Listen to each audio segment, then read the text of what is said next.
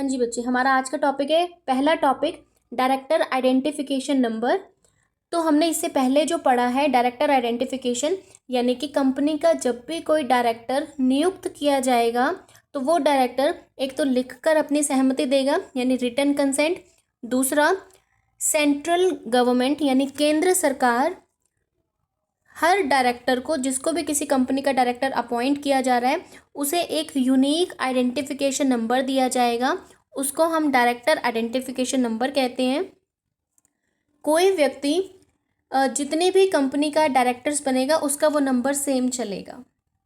It means कि इस person को डायरेक्टर नियुक्त कर दिया गया है और उस नंबर के बेसिस पे ही ये जो आइडेंटिफिकेशन नंबर है, इसी के बेसिस पे हम चेक करेंगे कि वो व्यक्ति 20 कंपनियों का, 20 कंपनीज का अगर डायरेक्टर बन चुका है तो उसके बाद उसकी डायरेक्टरशिप और एक्सेप्ट नहीं की जाएगी। ये हम पढ़ चुके हैं। रिस्ट्रिक्शंस की बात की थी कि कोई डायरेक्टर सिर्फ 20 कंपनीज का ही मेंबर बन सकता है। उसके बाद कंपनी को 15 दिन के अंदर अंदर, यानी कि जैसे किसी डायरेक्टर को नियुक्त करते हैं उसके 15 दिन के अंदर अंदर उस डायरेक्टर को आइडेंटिफिकेशन नंबर अलॉट करना होगा और उस अलॉटेड आइडेंटिफिकेशन नंबर को रजिस्ट्रार ऑफ कंपनीज को भी इन्फॉर्म करना ज़रूरी है। अगर कंपनी ऐसा नहीं करती, 15 दिन के अंदर अंदर उसको डायरेक्टर आइडेंटिफिकेशन नंबर नहीं दे रही और रजिस्ट्रार को भी सबमिट नहीं करा रही, तो ऐसा करना कंपनी के लिए पनिशेबल माना जाएगा, जिसके लिए कंपनी को मिनिमम 25,000 रुपीज़, 25,000 रुपये फ़ाइन देना होगा, जो ज़्यादा से ज़्यादा 1 लाख हो सकता है। और जितने भी ऑफिसर ऐसे डिफ़ॉल्ट के लिए रिस्पॉन्सिबल हैं उन ऑफिसर को भी पनिश किया जाएगा और उनका भी फ़ाइन 25,000 से लेके 1 लाख तक हो सकता है। यहाँ तक क्लियर है सबको? Yes ma'am. उसके बाद सेक्शन 155 कहता है, चलो आपको सेक्शन भी नहीं याद रहता तो छोड़ो, आपने सिर्फ ये कहना है कि कंपनीज एक्ट के अकॉर्डिंग कोई पर्सन एक से ज़्यादा डायरेक्टर आइडेंटिफिकेशन नंबर नहीं ले सकता। प्रोहिबिट्स मतलब रोकना। कंपनीज एक्ट के अकॉर्डिंग, या फिर ऐसे लिख देना according to specified section of companies act 2013। हमें सेक्शन नहीं पता तो हम लिख देंगे स्पेसिफाइड। ये सेक्शन कहता है कि कोई भी व्यक्ति एक ही डायरेक्टर आइडेंटिफिकेशन नंबर ले सकता है, एक से ज़्यादा नहीं ले सकता। हर एग्जिस्टिंग डायरेक्टर को अपना डायरेक्टर आइडेंटिफिकेशन नंबर जो उसको दिया है वो कंपनी से जब उसको मिलेगा तो उसे इन्फॉर्म करना ज़रूरी है। उसकी एक रिसिप्ट उसको मिलेगी, यानी कि हर डायरेक्टर को एक जो डायरेक्टर आइडेंटिफिकेशन नंबर मिलेगा वो 1 मंथ के अंदर अंदर उसको मिल जाएगा और कंपनी को इन्फॉर्म भी करना पड़ेगा। जितनी भी कंपनीज का वो पर्सन डायरेक्टर है उसको सबको बताना पड़ेगा कि ये मेरा आइडेंटिफिकेशन नंबर है। कितनी कंपनीज? 20 कंपनीज, यानी उसे टोटल 20 कंपनीज को बताना पड़ेगा कि मुझे डायरेक्टर अगर आपने अपॉइंट किया है तो ये मेरा आइडेंटिफिकेशन नंबर है, आप इसको अपने बुक्स ऑफ अकाउंट्स में रिकॉर्ड कर लीजिए। उसके बाद नेक्स्ट सेक्शन कहता है कि कंपनी को डायरेक्टर आइडेंटिफिकेशन नंबर को अपनी सारी रिटर्न्स में, अपनी सारी इंफॉर्मेशन, यानी जो कुछ भी कंपनी पब्लिश करती है, कंपनी के जितने भी डॉक्यूमेंट्स हैं, उन हर डॉक्यूमेंट पे डायरेक्टर का आइडेंटिफिकेशन नंबर मेंशन करना ज़रूरी है। अगर आप ऐसा नहीं करते हो, कोई इंडिविजुअल ऐसा नहीं करता, या कोई डायरेक्टर रिपोर्ट्स बनाते टाइम या कोई पॉलिसी बनाते टाइम डायरेक्टरशिप वाला अपना नंबर उस डॉक्यूमेंट पे नहीं डाल रहा है, तो ये भी उसके लिए पनिशेबल है। उसको या तो हम जेल में डाल देंगे, इम्प्रिजनमेंट, या फिर उसको 6 मंथ्स की जेल हो सकती है, साथ में उसको हम फाइन भी उसके ऊपर लगाएंगे। दैट वुड बी या तो 50,000, 50,000 तक का फाइन लगा देंगे। लेकिन अगर ऐसा फाइन लगाने पर और उसको जेल करने पर भी ऐसी प्रोविज़न को आप कंटिन्यू कर रहे हो, तब भी कॉन्ट्रावेशन कर रहे हो, यानी कि आप प्रावधान को उल्लंघन कर रहे हो, उस केस में आपका 5,000 रुपये हर दिन, जितने दिन तक आप डिफ़ॉल्ट कर रहे हो, आपका वो फाइन लगता जाएगा। तो बच्चे, ये हमारा टोटली था डायरेक्टर आइडेंटिफिकेशन नंबर। रिपीट कर रहे हैं इसको एक क्विक रिकैप में। सबसे पहला, कोई भी कंपनी 20 कोई भी डायरेक्टर 20 कंपनीज का डायरेक्टर हो सकता है। 20 से ज़्यादा अगर वो डायरेक्टरशिप लेता है तो वो वॉइड मानी जाएगी। डायरेक्टर अपॉइंट करेंगे तो उसकी रिटन कंसेंट होनी चाहिए। सेंट्रल गवर्नमेंट डायरेक्टर को एक यूनिक नंबर प्रोवाइड करेगी, वो यूनिक नंबर DIN कहलाएगा। DIN जैसे कोई कंपनी डायरेक्टर को अपॉइंट कर लेती है तो हर कंपनी की रिस्पॉन्सिबिलिटी है कि वो 15 दिन के अंदर अंदर उस व्यक्ति को DIN अलॉट कर दे। उसके बाद DIN अलॉट करने के बाद उस पर्सन की भी रिस्पॉन्सिबिलिटी है कि जिस कंपनी का वो डायरेक्टर है उन सभी कंपनीज को 1 मंथ के अंदर अंदर अपना DIN इन्फॉर्म कर दे। अगर ऐसा नहीं किया जाता, कंपनी 15 दिन में DIN नहीं दे रही, तो कंपनी को इसके लिए कम से कम 25,000 रुपये फ़ाइन देना होगा। जितने ऑफिसर्स रिस्पॉन्सिबल हैं उनको भी फ़ाइन देना होगा। कोई व्यक्ति एक से ज़्यादा DIN नहीं ले सकता। उसके बाद DIN के अकॉर्डिंग आप जितने भी कंपनी के डॉक्यूमेंट्स बना रहे हो उन सभी डॉक्यूमेंट्स पे डायरेक्टर का आइडेंटिफिकेशन नंबर मेंशन करना ज़रूरी है। अगर आप कंपनी के डॉक्यूमेंट्स पे DIN मेंशन नहीं करते हो तो ये भी कंपनी के लिए पनिशेबल ऑफेंस है। इसके लिए कंपनी को फ़ाइन देना होगा और हर ऑफिसर जो रिस्पॉन्सिबल है उसको इम्प्रिजनमेंट या फिर उसको हम कारावास या जेल में भी डाल सकते हैं। That's it. बच्चे क्लियर है डायरेक्टर आइडेंटिफिकेशन? Yes ma'am. बड़ा अब जो नेक्स्ट टॉपिक हमारे पास आएगा वो है कि जो अलग अलग टाइप के डायरेक्टर्स हमने कहा था किसी कंपनी में हो सकते हैं, अब उन डायरेक्टर्स को अपॉइंट भी तो करना है। कल हमने डिस्कस किया था मेमोरेंडम का एक पार्ट छोटा सा, जिनको हमने फर्स्ट डायरेक्टर मैंने नाम दिया था। रिमेंबर दैट, फर्स्ट डायरेक्टर वो व्यक्ति जैसे कोई कंपनी बन रही है, बनते ही जिन्होंने कंपनी की स्टार्टिंग के डॉक्यूमेंट्स पे साइन कर दिए, यानी वो प्रमोटर भी हो सकते हैं या फिर जिन्होंने मेमोरेंडम पे साइन किए हैं वो व्यक्ति, उनको हमने फर्स्ट डायरेक्टर कहा था। लेकिन वो बस तब तक ही काम करेंगे जब तक कंपनी की पहली जनरल मीटिंग, कोई आम सभा नहीं हो जाती। जैसे कोई मीटिंग हो जाएगी कंपनी की तो उसके बाद ऐसे डायरेक्टर्स जो या तो प्रमोटर्स थे या फिर जिन्होंने मेमोरेंडम पे साइन किए थे, फिर अब वो डायरेक्टर नहीं रहेंगे। अब बात आती है कि अपॉइंट कैसे करना है। अब 1 बाय 1 हम अपॉइंट करेंगे। सबसे पहला, जिन्होंने मेमोरेंडम पे साइन कर दिए उनको हम डायरेक्टर्स बोल सकते हैं। दूसरा, जब कंपनी एस्टैब्लिश हो गई, कंपनी का रजिस्ट्रेशन हो गया, अगर पब्लिक कंपनी है तो वो अपनी कैपिटल को कलेक्ट करने के लिए पब्लिक को इनवाइट करेगी, शेयर्स इशू करेगी। जब शेयर इशू कर दिए तो शेयर हमने पढ़ा हुआ है, इक्विटी वाले भी हैं, प्रेफरेंस वाले भी हैं। इक्विटी वाले कंपनी के ऑनर हैं और वो बहुत सारे थे, तो शेयर होल्डर्स भी अपने बिहाफ पे बिजनेस चलाने के लिए डायरेक्टर्स अपॉइंट कर सकते थे। 2 टाइप हो गया। पहला हो गया जिन्होंने कंपनी को स्टार्ट कराने में हेल्प कराई तो मेमोरेंडम पे साइन कर दिया, बन गए डायरेक्टर। दूसरा, कंपनी ने शेयर होल्डर्स अपॉइंट किए हैं तो शेयर होल्डर डायरेक्टर को अपॉइंट कर देंगे। तीसरी हम बात करेंगे बोर्ड ऑफ डायरेक्टर्स, यानी ऑलरेडी कंपनी कोई एस्टैब्लिश्ड है, उस एस्टैब्लिश्ड कंपनी में फाइनेंशियल ईयर के बीच में अगर किसी डायरेक्टर की पोस्ट खाली हो जाती है तो बोर्ड ऑफ डायरेक्टर्स के पास अधिकार है कि वो भी डायरेक्टर को अपॉइंट कर सकते हैं।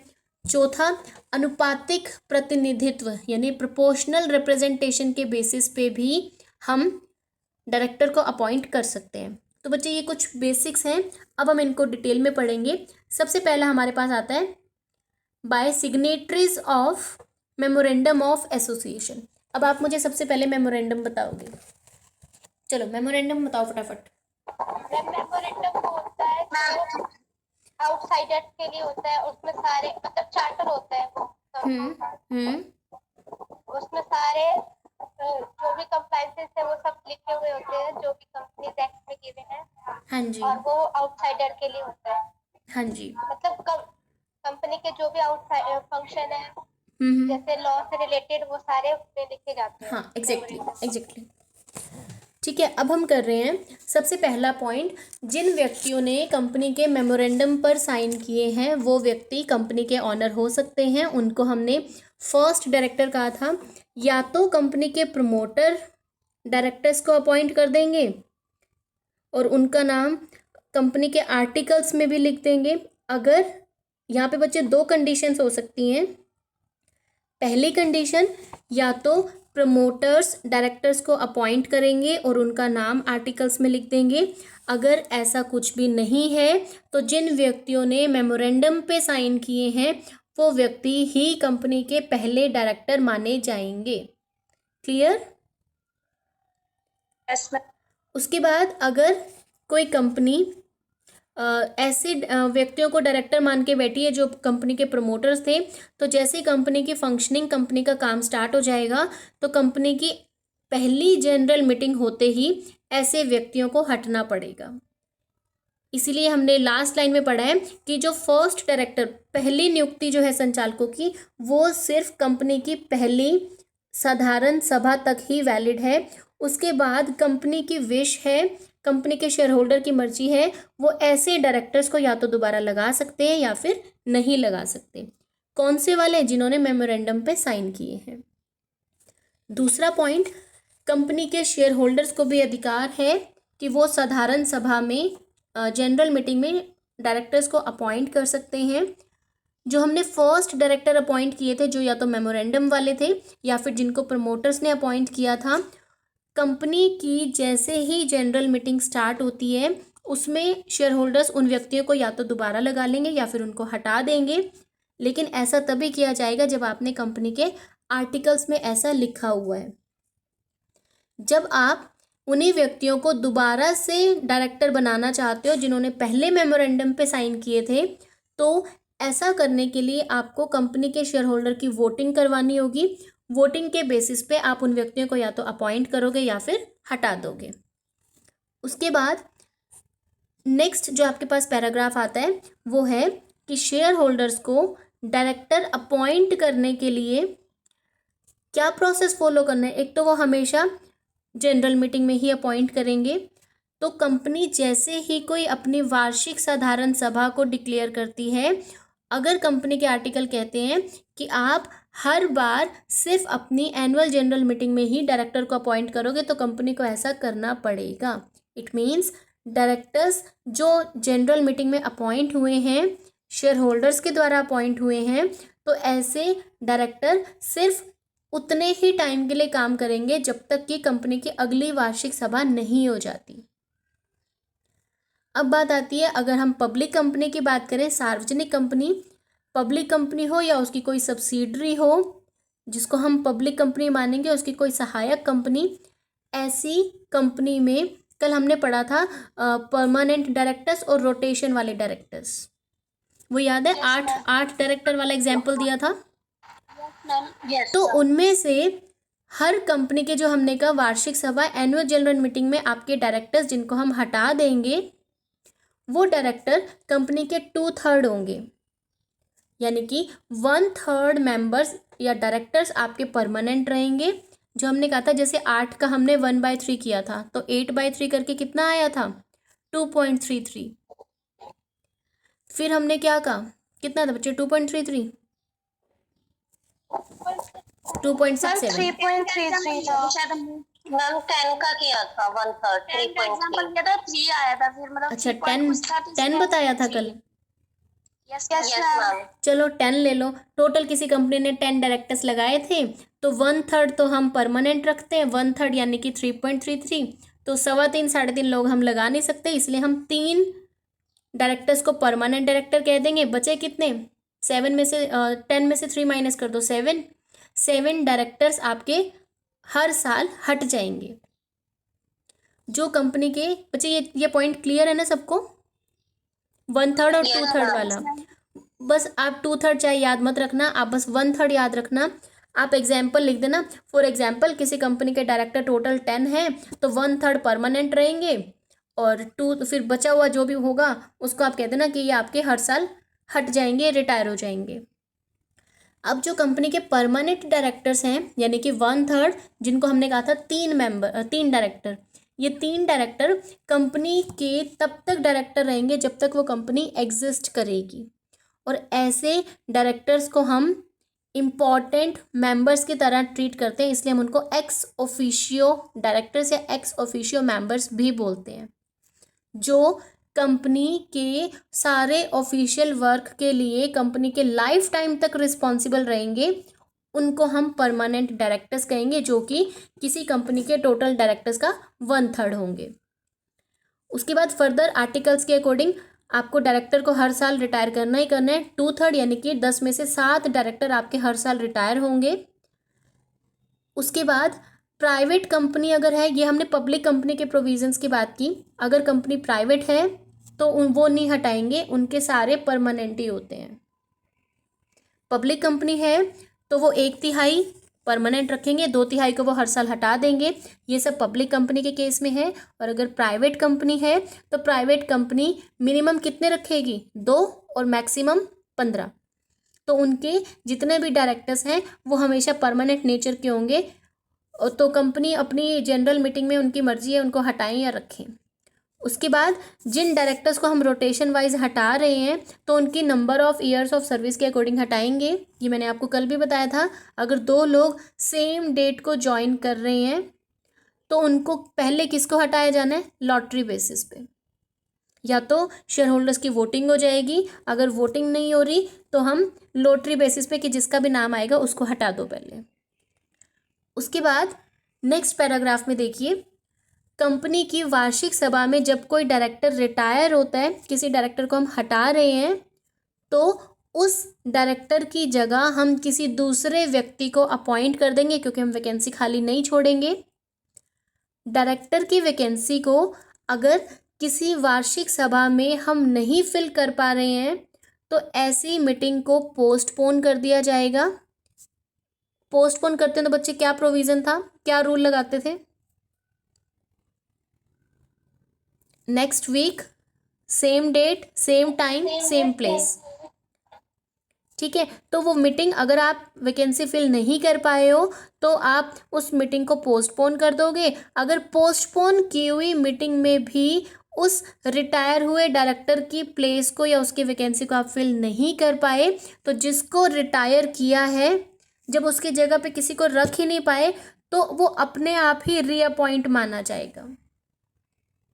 ठीक है, यस मैम। आपने एनुअल जनरल मीटिंग में मेंबर को रिटायर किया तो मीटिंग तो थी, एक को रिटायर किया तो उसी टाइम उसके रिटायर होते ही किसी दूसरे को अपॉइंट कर लेना है। अगर कंपनी उस मीटिंग में उस रिटायर हुए डायरेक्टर को रिप्लेस नहीं कर पाती तो मीटिंग को पोस्टपोन कर देंगे।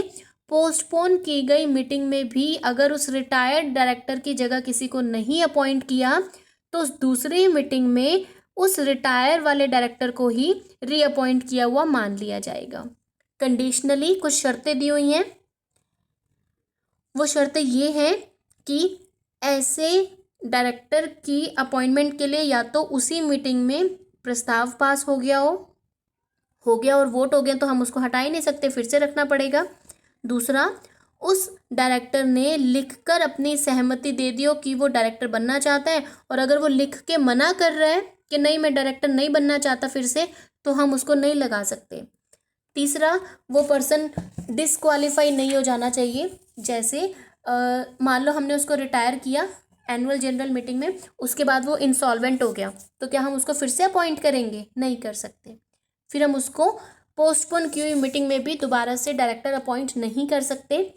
उसके बाद अगर उसी व्यक्ति को दोबारा डायरेक्टर बनाने के लिए आपको कोई प्रस्ताव पास करना पड़ता है, हम तो भी नहीं उसको लगाएंगे। पिछले मीटिंग में प्रस्ताव पास हो गया तो ठीक है, लेकिन दोबारा वाली मीटिंग में हम किसी व्यक्ति को फिर से डायरेक्टर बनाने के लिए प्रस्ताव पास नहीं करेंगे। और उसके बाद लास्ट पॉइंट है, और ये सबसे इम्पॉर्टेंट है बच्चे पॉइंट, इसको आप स्टार लगा लीजिए, इम्पॉर्टेंट पॉइंट है। किसी रिटायर्ड डायरेक्टर की जगह आप जब नया डायरेक्टर अपॉइंट कर रहे हो तो एक ही प्रस्ताव से आप 2 या 2 से ज़्यादा डायरेक्टर्स अपॉइंट नहीं कर सकते। आई रिपीट, कंपनी में एक रेजोल्यूशन पास करने से आप 2 या 2 से ज़्यादा डायरेक्टर्स को अपॉइंट नहीं कर सकते। इट मीन्स एक रेजोल्यूशन पास करने पर सिर्फ एक ही व्यक्ति को आप डायरेक्टर बना सकते हो, उससे ज़्यादा नहीं बनाओगे। क्लियर? Yes ma'am.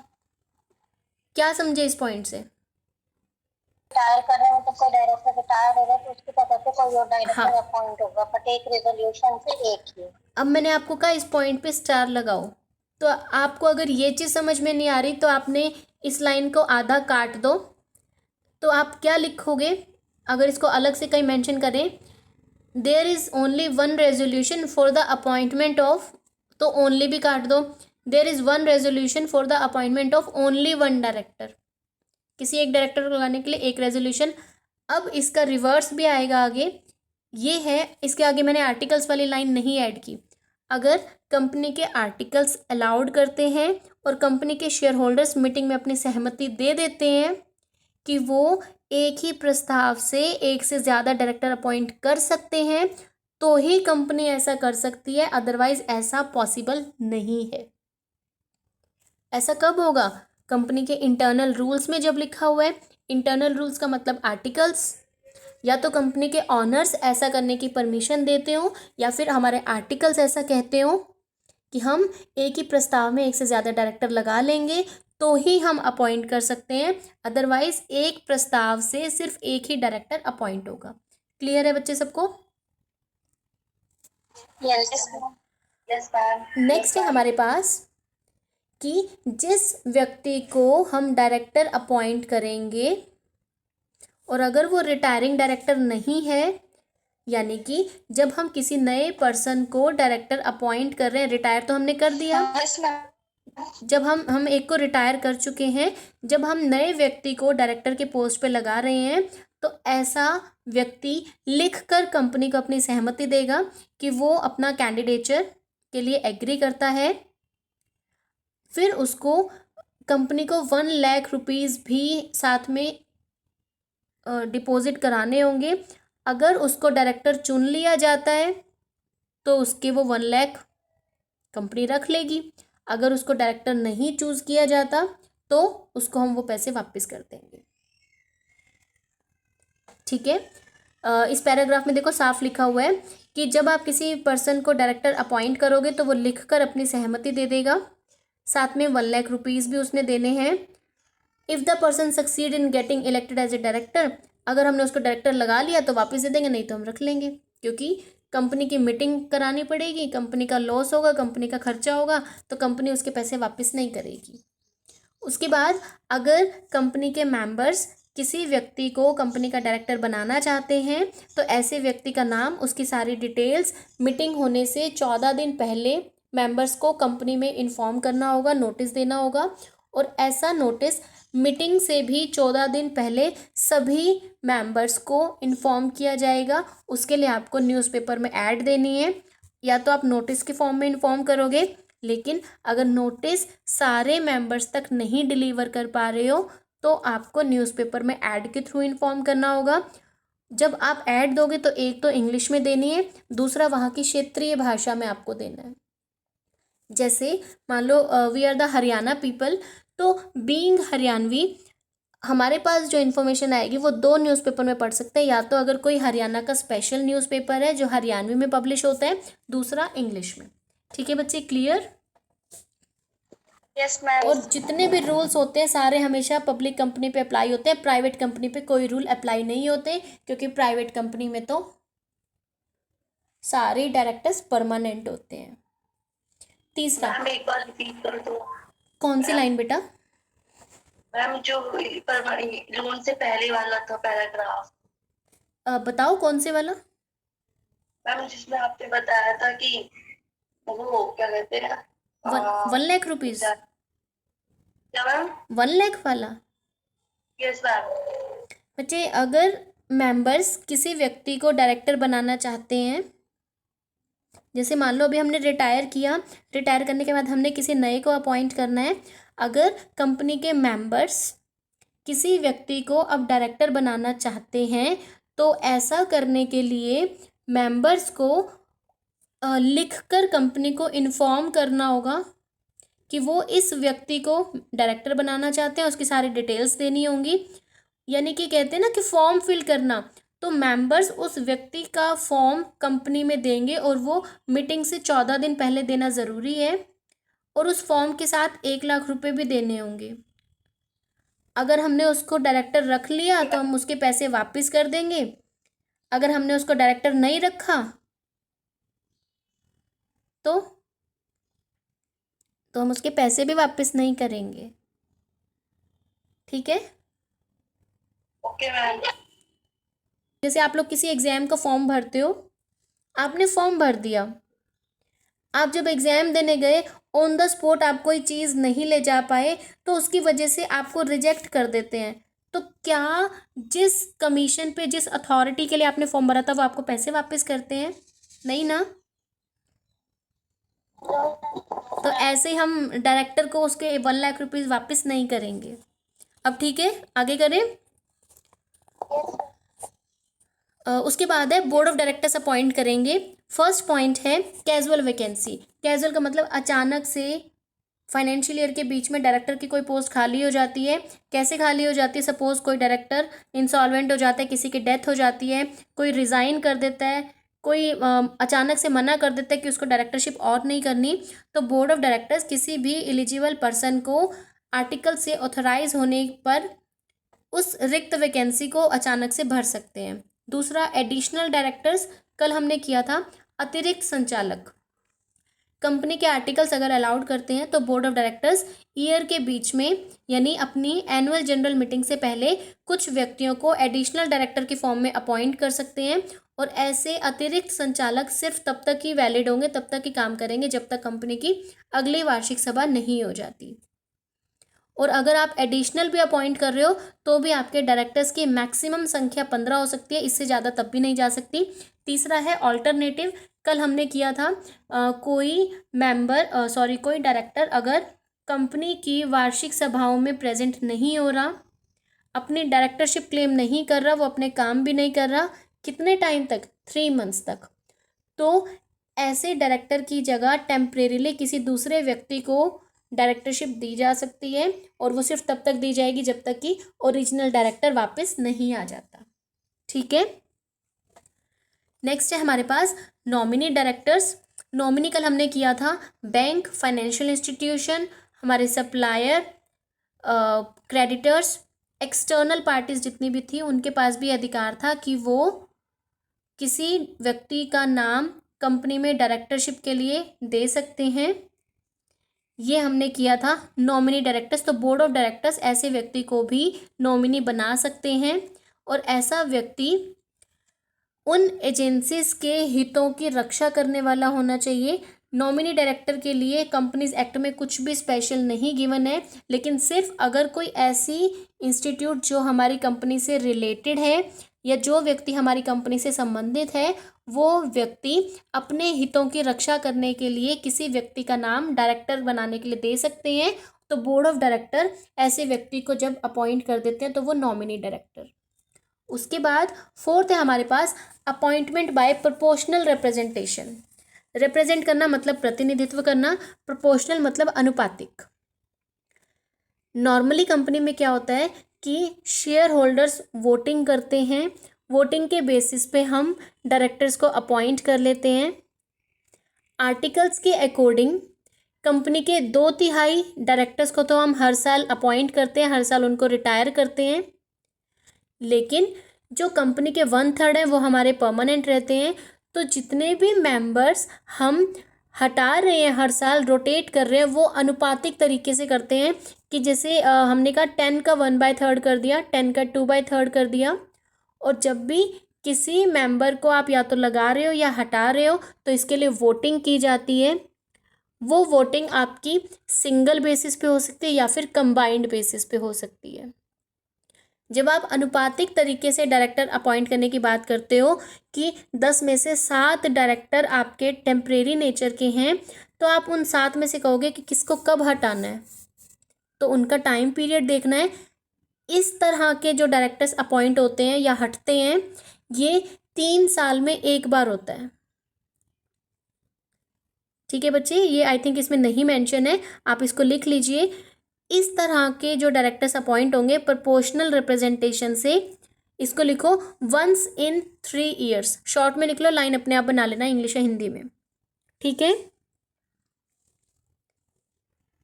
ठीक है बच्चे। 1 in 3 years, बस ब्रैकेट डालो, साइड में लिख लो 1 in 3 years। 3 साल में एक बार ऐसे वाले डायरेक्टर अपॉइंट होते हैं अनुपातिक तरीके से। Okay ma'am. लास्ट टॉपिक है आज का, वोटिंग ऑन डायरेक्टर्स अपॉइंटमेंट। जब भी आप किसी पब्लिक कंपनी के डायरेक्टर को अपॉइंट करोगे तो आपको कंपनी की साधारण सभा में प्रस्ताव पास करना है।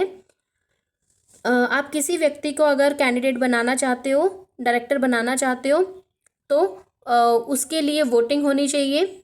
बल्क में वोटिंग यानी कि 10 लोग एक साथ एक के लिए वोट नहीं कर सकते। 10 डायरेक्टर्स जिनके नाम आए हैं उनके लिए भी एक साथ वोटिंग नहीं हो सकती। हर कैंडिडेट की अलग तरीके से वोटिंग होगी।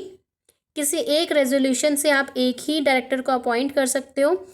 अगर आप एक ही रेजोल्यूशन से एक से ज़्यादा डायरेक्टर अपॉइंट कर देते हो तो वो वॉइड होगा यानी अवैध होगा। अगर कंपनी ने अपनी मीटिंग्स में ऐसा डिसाइड कर लिया है कि आप एक प्रस्ताव से एक से ज़्यादा डायरेक्टर अपॉइंट कर सकते हो तो ही कंपनी ऐसा कर सकती है, अदरवाइज़ ऐसा पॉसिबल नहीं है। ऐसा करने के लिए कंपनी को प्रस्ताव पास करना होगा। और जब भी आप किसी व्यक्ति को डायरेक्टर लगाना चाहते हो तो ऐसे डायरेक्टर के केस में आप जब वोटिंग कराओगे तो एक भी असहमत वोट, डिसेंटिंग वोट यानी कि एक भी वोट उसकी असहमति में, उसके अगेंस्ट में नहीं होना चाहिए, तो आप ऐसे व्यक्ति को डायरेक्टर अपॉइंट कर सकते हो। उसके बाद ये सारे प्रोविज़न हमेशा सिर्फ और सिर्फ पब्लिक कंपनीज पे अप्लाई होते हैं, प्राइवेट कंपनी पे कोई रूल अप्लाई नहीं होता। उसके बाद अगर आप किसी व्यक्ति का नाम डायरेक्टरशिप के लिए दे रहे हो, उसको अपॉइंट कर रहे हो, तो अगर उसके लिए आप प्रस्ताव भी पास कर रहे हो तो भी हम कहेंगे कि हमने उसको नॉमिनेट कर दिया। ठीक है बच्चे, क्लियर यहाँ तक? Yes ma'am. तो आज हमने क्या क्या किया? एक तो हमने डायरेक्टर आइडेंटिफिकेशन नंबर किया। दूसरा हमने क्या किया? अपॉइंटमेंट किया डायरेक्टर्स की, या तो कंपनी की वार्षिक सभा में हो सकता है या फिर बोर्ड ऑफ डायरेक्टर्स कर सकते हैं। तीसरा मेमोरेंडम वाले हो सकते हैं जिसमें अलग अलग टाइप के हमने पढ़े। प्रोपोर्शनल जो 3 साल में एक बार होता है, नॉमिनी डायरेक्टर, अल्टरनेटिव, एडिशनल या फिर रिक्त वैकेंसी कोई अचानक से हो जाती है, कैजुअल। तो ये सब हमने स्टडी किया। That's all for today.